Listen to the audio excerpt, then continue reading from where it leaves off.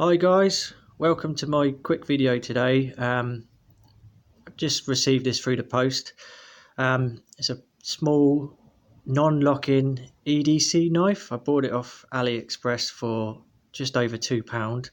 That's including shipping. I wanted something small that I could put on my keys. I've been carrying the Victorinox Pioneer, which is a brilliant knife, but I wanted something a bit lighter. So I found this. As I say, it's non-lock-in. Blade is just over an inch. Comes relatively sharp. I will sharpen that a little bit. It does have a strong back spring, keeping it in place nice and safe.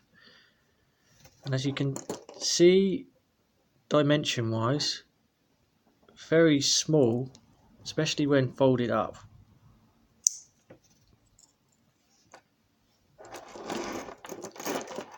So on my keys, takes up hardly any space at all. Very impressed. For just a couple of pounds, you can't really go wrong.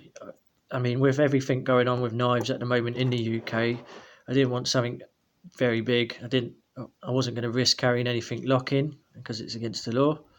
So I'll put a link down below in the description in case anyone's interested. I mean, I don't benefit from any of that, but you guys may want something similar. So thanks for watching.